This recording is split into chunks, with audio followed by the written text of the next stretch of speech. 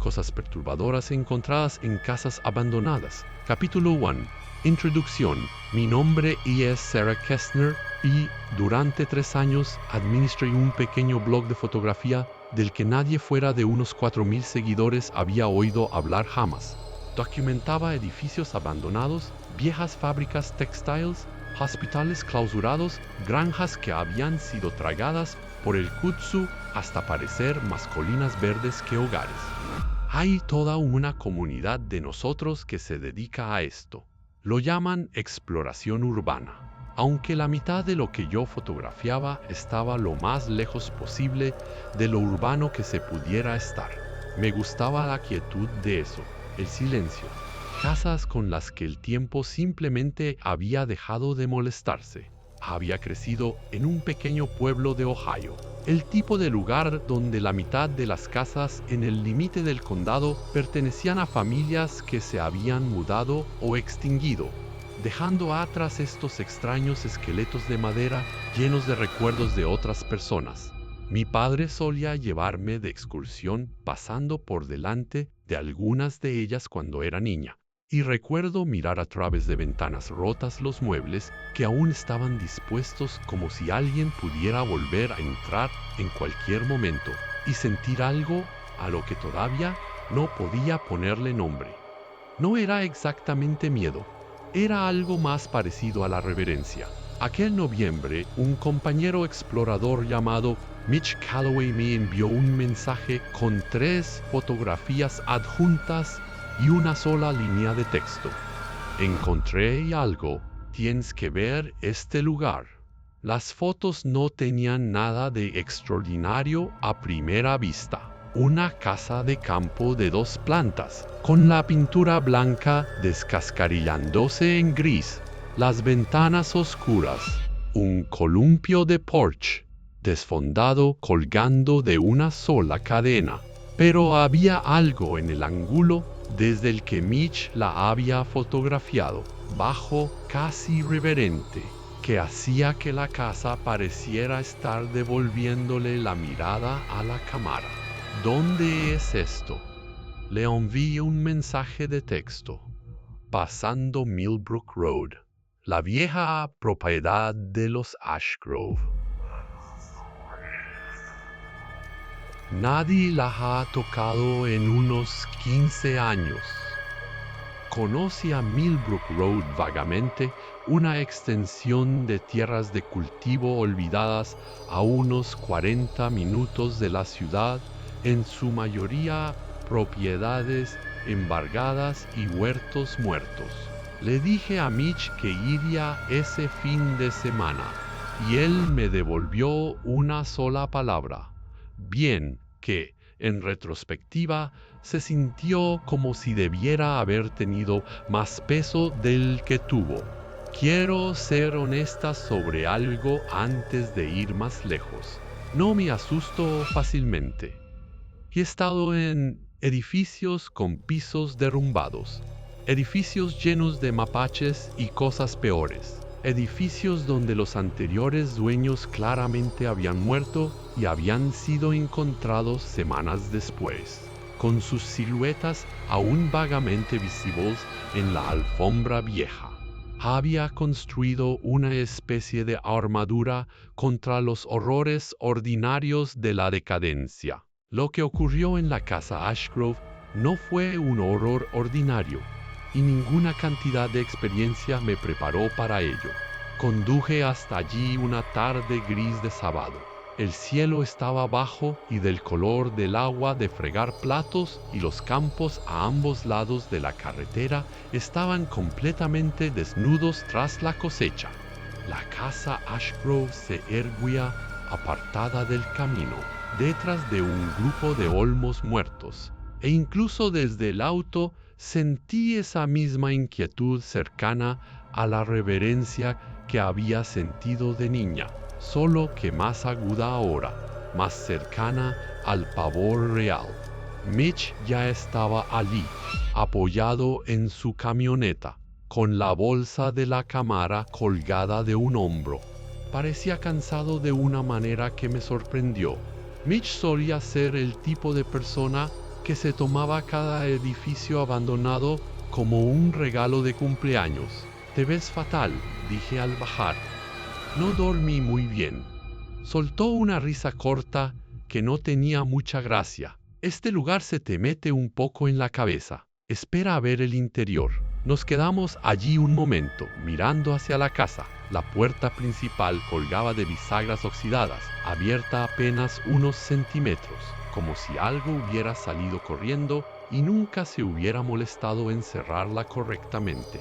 Detrás de esa brecha oscura, la casa estaba en un silencio absoluto, y de algún modo ese silencio se sentía menos como vacío y más como algo que contenía el aliento.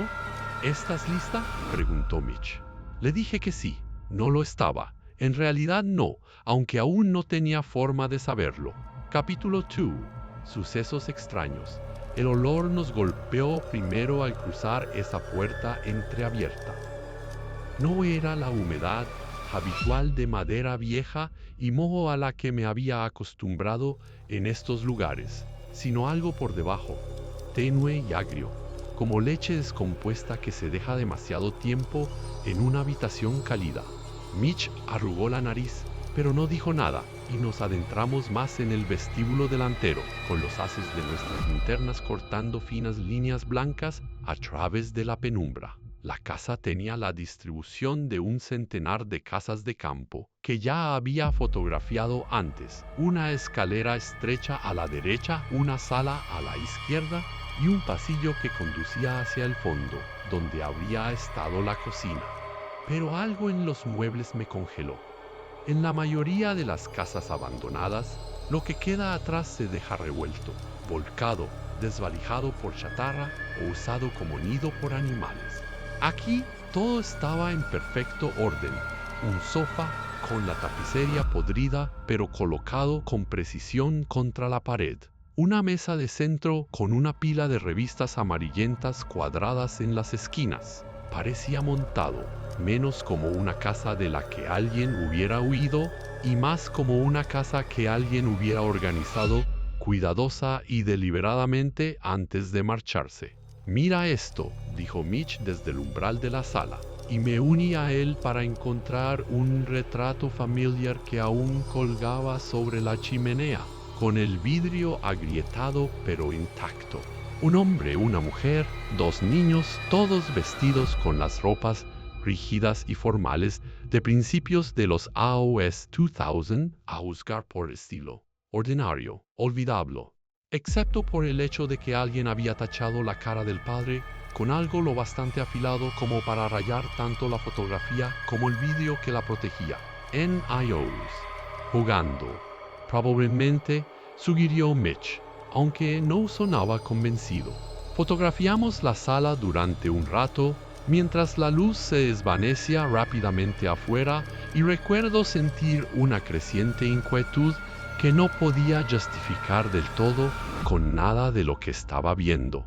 Solo una sensación de ser observada. El tipo de hormigueo en la nuca que sientes cuando alguien te mira desde el otro lado de una habitación. Me dije que eran los nervios.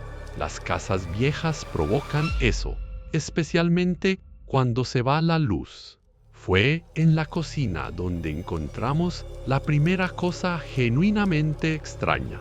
La habitación estaba casi desierta, los armarios desmantelados, las encimeras vacías a excepción de la mesa redonda de madera en el centro, donde se habían colocado 4 servicios: platos, tenedores, servilletas de tela. Todo ello cubierto por una capa de 15 años de polvo, pero por lo demás intacto, como si la familia hubiera desaparecido a mitad de la comida y nadie hubiera ido jamás a limpiar la mesa. «Eso no da miedo para nada», murmuró Mitch. «Cuando dijiste que se fue la familia, esa es la cuestión. Nadie con quien haya hablado parece saberlo realmente». El tipo de la gasolinera de Millbrook Road dijo que los Ashgrove simplemente dejaron de estar por aquí un día. Sin venta, sin aviso de embargo, o al menos ninguno que nadie recuerde haber visto. Técnicamente, la propiedad sigue siendo de la familia, según los registros del condado. Los impuestos simplemente dejaron de pagarse y nadie vino nunca a cobrar. Fotografié los cubiertos de la mesa y me temblaban tanto las manos que un par de tomas salieron borrosas. Mientras me agachaba para conseguir un mejor ángulo de uno de los platos, el haz de mi linterna captó algo debajo de la mesa, metido contra la pata más lejana. Un zapato de NIO, pequeño, rosa, con una sola tira de velcro, colocado en posición vertical como si lo hubieran puesto allí a propósito en lugar de haberlo perdido simplemente. Mitch, dije, y algo en mi voz debió de transmitirlo, porque estuvo a mi lado en un instante, agachándose para mirar. Ninguno de los dos lo tocó, no sé por qué exactamente, salvo que un viejo instinto animal nos dijo a ambos, sin necesidad de hablarlo en voz alta, que tocarlo sería un error. Después de eso nos dirigimos a la escalera, y fue al subir aquellos escalones estrechos, con la madera gimiendo bajo nuestro peso de una forma que sonaba casi vocal, cuando lo escuché por primera vez. Un sonido procedente de algún lugar por encima de nosotros. Suave, rítmico, casi como un tarareo. Capítulo 3. La oscuridad crece. Mitch también lo oyó. Vi cómo cambiaba su rostro. La tranquila confianza que solía llevar a estos lugares se drenó de él, sustituida por algo más tenso y precavido. «Hay un vagabundo viviendo ahí arriba», susurró. Aunque mientras lo decía, no creo que ninguno de los dos lo creyera. El tarareo se detuvo en el momento en que alcanzamos la parte superior de las escaleras. Un pasillo estrecho se extendía ante nosotros. 4 puertas, todas cerradas excepto la última, que se abría a una habitación bañada por la última luz gris de la tarde que moría. Revisamos primero las habitaciones cerradas, por el instinto de dejarla abierta para el final. Un dormitorio despojado de todo excepto de un colchón desnudo y manchado. Un baño con el espejo destrozado en una telaraña de grietas. Mi propio reflejo fracturado se multiplicaba en una docena de versiones distorsionadas de mí misma cuando pasaba la linterna por él. Un armario de blancos, vacío excepto por un único dibujo infantil pegado en el interior de la puerta. Figuras de palitos en fila hechas con crayón, una de las cuales había sido tachada con tanta fuerza que el crayón había roto el papel. Para cuando llegamos a la puerta abierta al final del pasillo, mi corazón martillaba con la fuerza suficiente como para sentirlo en la garganta. Era la habitación de un NIO, una cama individual con una colcha descolorida, un caballo de madera para mecer en la esquina al que le faltaba un ojo de vidrio, estantes con juguetes polvorientos dispuestos con la misma precisión espeluznante que todo lo demás en la casa, y en la pared, docenas de dibujos infantiles pegados en filas ordenadas, cada uno mostrando las mismas 4 figuras de palitos, excepto que en cada dibujo, sin excepción, una de las 4 figuras había sido rayada violentamente. «De aquí y es de donde viene», dijo Mitch en voz baja, y me di cuenta de que se refería al olor. Ese hedor agrio y descompuesto que habíamos notado abajo, mucho más fuerte aquí, lo bastante espeso como para hacerme llorar los ojos. Me obligué a entrar más en la habitación, con la cámara colgando olvidada alrededor de mi cuello. Había un pequeño baúl de madera al pie de la cama, y algo en él me atrajo de la misma manera que el zapato debajo de la mesa de la cocina. Un instinto que no sabría nombrar me decía que tenía que mirar dentro, aun cuando todos los demás instintos me gritaban que no lo hiciera. Levanté la tapa. En el interior, pulcramente doblado, había un vestido de NIA, pequeño, floreado, manchado de oscuro en parches que me revolvieron el estómago.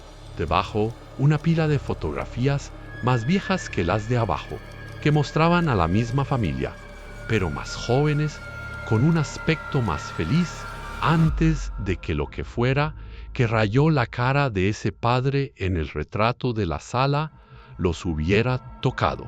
Y debajo de las fotografías, en el fondo del baúl, un diario encuadernado en cuero, con las páginas hinchadas por los daños de la humedad.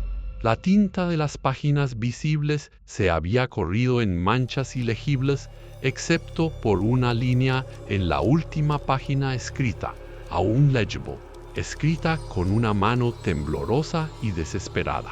Él no se ha ido, solo está esperando a que lo olvidemos.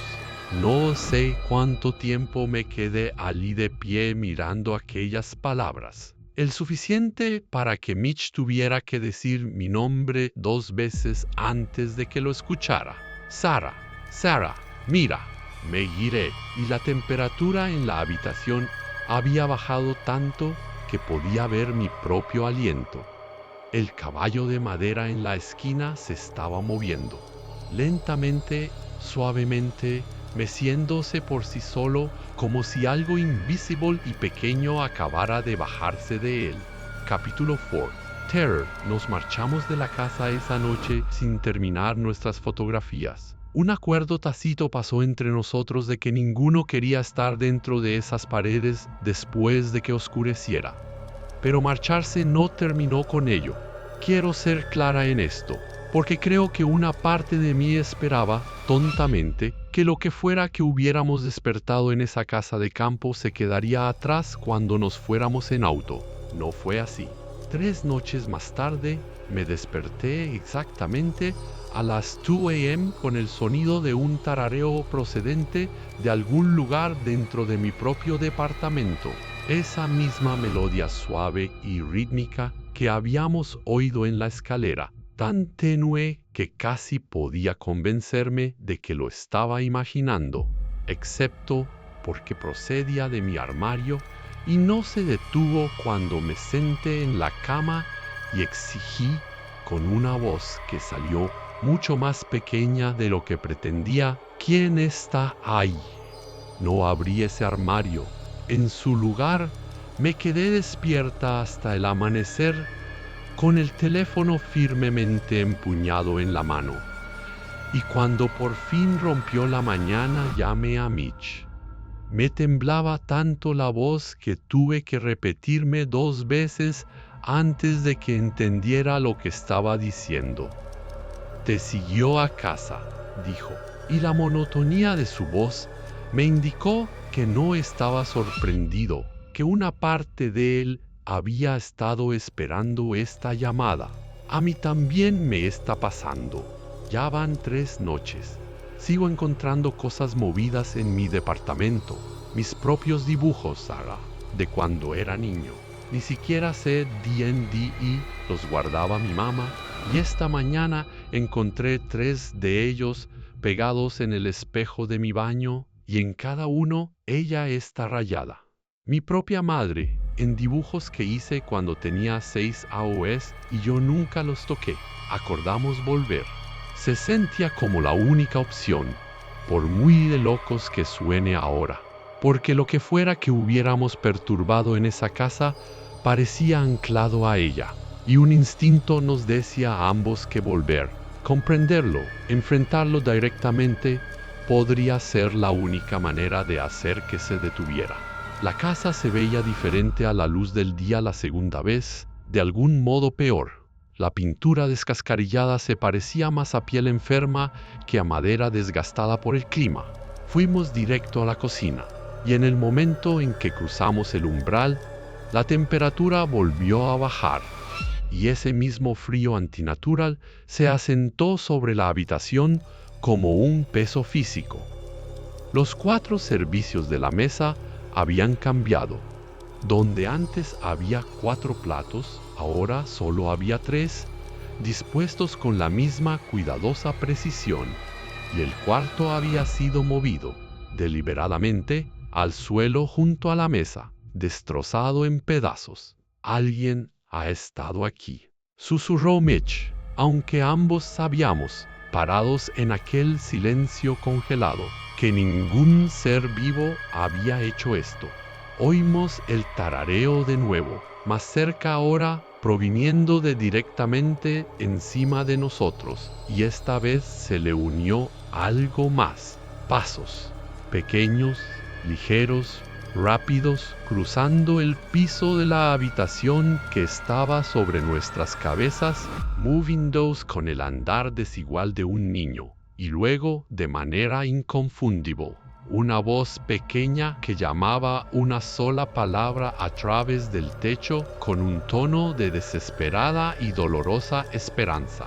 Papi, Mitch me agarró del brazo con tanta fuerza que me dejó moretones que me encontré más tarde esa noche. Ninguno de los dos habló.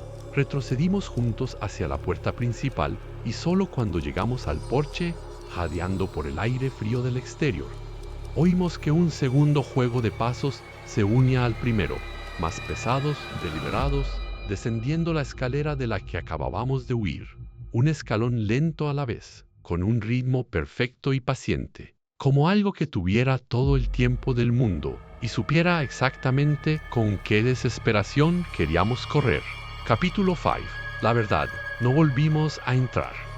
En su lugar, pasé los días siguientes haciendo algo que debería haber hecho antes de poner un pie en esa casa: escarbar en su historia real, registros del condado, archivos de periódicos viejos, cualquier cosa que pudiera explicar lo que habíamos despertado. Hizo falta una bibliotecaria del condado vecino, una mujer mayor y amable llamada Ruth que recordaba el apellido Ashgrove de su infancia, para darnos finalmente el panorama completo. Estaba sentada frente a nosotros en una mesa de madera rayada en la sala de archivos históricos, con la voz baja, a pesar de que éramos las únicas 3 personas en el edificio. Los Ashgrove, dijo, se mudaron a esa casa de campo a finales de los 90. Una familia bastante agradable, por lo que recuerdo. Tom Ashgrove, su esposa Carol y 2 hijos, un niño y una niña. Pero Tom tenía un temperamento que empeoraba cuanto más tiempo vivían allí fuera, aislados por la forma en que esa propiedad. Los vecinos solían escuchar cosas algunas noches, gritos, un niño llorando. Se me contrajo el estómago, y la forma de la historia ya se me hacía horriblemente familiar, incluso antes de que Ruth continuara. Un invierno se dejó de ver a toda la familia, sin venta de la propiedad, sin mudanza formal, nada. El alguacil de la época hizo una inspección de bienestar y encontró la casa bien cerrada, sin señales de entrada forzada, todo dejado en el interior exactamente como si la familia hubiera salido simplemente a pasar la tarde. Hubo una investigación, brevemente, pero no aparecieron cuerpos, ni pruebas de ningún delito. Nada más que una casa vacía y una familia que se había desvanecido en el aire. El caso se enfrió en un AO. ¿Qué cree que les pasó?, pregunté. Ruth guardó silencio un largo momento, con las manos fuertemente entrelazadas sobre la mesa. Hubo rumores en aquel entonces, de esos a los que no les das mucha importancia hasta que has vivido lo suficiente para saber que algunos rumores existen porque hay un grano de verdad enterrado bajo toda la exageración. La gente decía que Tom le había hecho algo a esa familia, algo que la propia casa había absorbido de algún modo y que él nunca se había ido realmente tampoco, que seguía allí de alguna forma, incapaz de abandonar el lugar donde ocurrió lo que fuera que ocurrió, y poco dispuesto a dejar que nadie más lo abandonara tampoco. Pensé en la anotación del diario. Él no se ha ido, solo está esperando a que lo olvidemos. La NI, dije. ¿Sabe su nombre?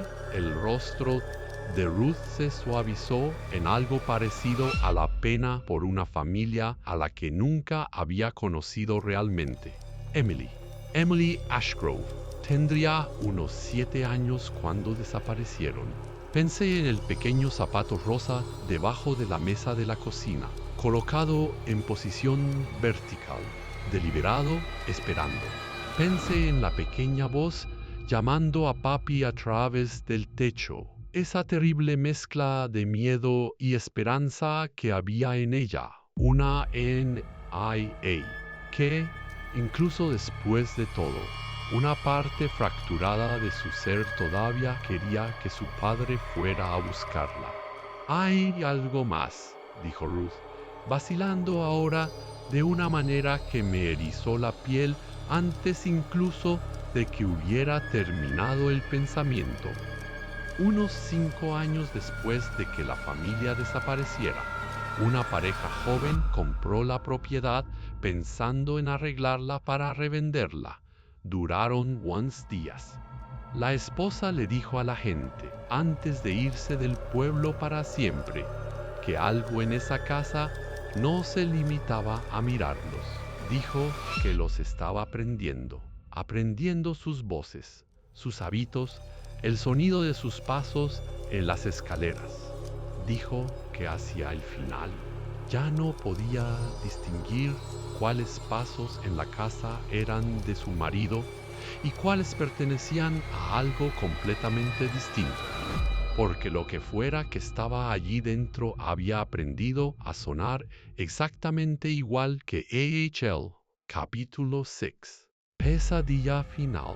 Me dije a mí misma, después de aquella conversación con Ruth, que ya había terminado, que escribiría lo que habíamos encontrado.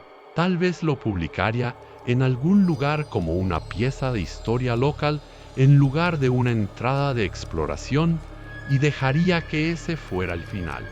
Pero la casa no había terminado con nosotros y ahora comprendo que nunca iba a dejarnos marchar así como así una vez que hubiéramos visto lo que había dentro. Mitch me llamó 4 noches más tarde, cerca de la medianoche. Su voz estaba estirada por un miedo que nunca antes le había escuchado. Sarah, creo que está en mi departamento, ahora mismo. Puedo escucharlo en el pasillo afuera de la puerta de mi habitación y Sarah está usando tu voz. Está llamando mi nombre con tu voz y sé que no eres tú. Sé que no estás aquí. Pero Dios suena exactamente igual que tú. Le dije que saliera, que se fuera de inmediato, que llamara a la policía si era necesario. Cualquier cosa menos quedarse en ese departamento un minuto más. No respondió.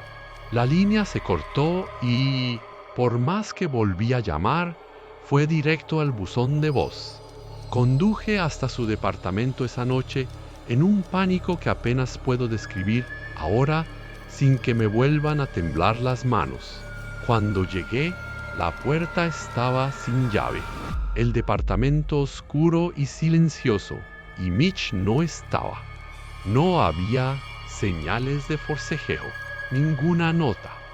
Su teléfono estaba sobre la encimera de la cocina, completamente cargado, con la pantalla oscura, como si simplemente lo hubiera dejado allí y hubiera salido por su propio pie. La policía investigó eventualmente de esa manera desganada en que los departamentos investigan los casos sin pruebas ni pistas. No encontraron nada, ni rastro de Mitch por ninguna parte, ninguna explicación, y al cabo de unos meses el caso siguió el camino de tantos otros. Se enfrió silenciosamente, fue archivado y casi olvidado por todos excepto por mí. Regresé a la casa Ashgrove una última vez, sola, en contra de cada pizca de preservación que me quedaba, porque una parte desesperada y tonta de mí creía que podría encontrarlo allí, que podría encontrar alguna forma de deshacer lo que fuera que hubiéramos despertado juntos. La casa estaba diferente aquella última noche, más cálida de algún modo a pesar del frío exterior. Y el tarareo también había cambiado. Ya no era una sola voz, sino 2. armonizando juntas de una forma que debería haber resultado reconfortante y que, en cambio, me erizó la piel hasta los huesos. Encontré la mesa de la cocina puesta para 4 otra vez. 4 platos. 4 sillas, todas ellas ocupadas por siluetas que no me atrevía a mirar directamente. Siluetas que parecían cambiar y desdibujarse en los bordes de mi visión, por mucho que intentara enfocar la mirada en ellas. Y en la cabecera de la mesa, en la silla que habría pertenecido a un padre, estaba sentado algo que llevaba de manera inconfundible la chaqueta de Mitch. Corey. No recuerdo el viaje de vuelta a la ciudad. No recuerdo gran cosa de nada hasta que estuve sentada en mi propia cocina, con las puertas cerradas con llave, con cada luz de mi departamento encendida, mirando a la nada hasta que salió el sol. Nunca volví a esa casa. Vendí mi equipo de fotografía un mes más tarde y dejé la exploración para siempre. Me mudé a 2 estados de distancia y me he pasado cada día desde entonces intentando convencerme de que lo que vi en esa mesa eran trucos que el dolor y el cansancio le jugaban a una mente perturbada. Pero hace 2 semanas recibí un mensaje de texto desde el número de Mitch, el mismo número que se había apagado la noche en que desapareció. Solo 5 palabras, enviadas a las 2 a.m., la misma hora en que una vez había escuchado un tarareo en mi propio armario. Te guardamos un asiento. No he dormido bien desde entonces. Cada noche, alrededor de las 2 a.m., escucho algo moviéndose en mi departamento, suave y rítmico, casi como un tarareo.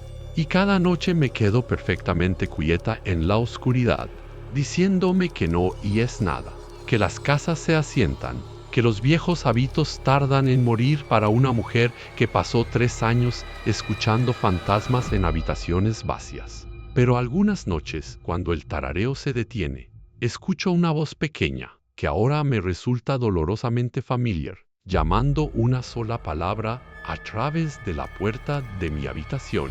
Y nunca una sola vez he encontrado el valor para responderle, porque una parte de mí está aterrorizada de que si lo hago, descubriré que la voz ya no está llamando a su padre, me está llamando a mí.